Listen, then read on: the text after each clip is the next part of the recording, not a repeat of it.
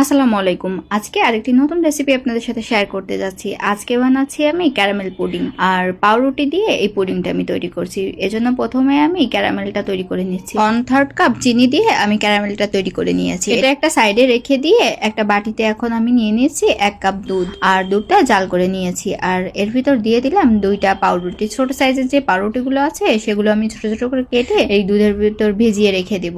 আর এখন নিয়ে নিচ্ছি 4টা ডিম।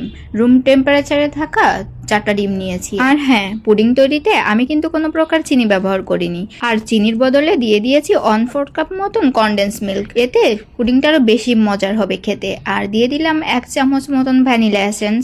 এখন দিয়ে এটা সুন্দরভাবে মিশিয়ে রেখে দেবো। আর আগে যে পাউরুটিগুলো দুধে ভিজিয়ে রেখেছিলাম এটা এখন একটা ব্লেন্ডার জারে দিয়ে দিলাম। দিয়ে এটা আমি ব্লেন্ড করে নেব।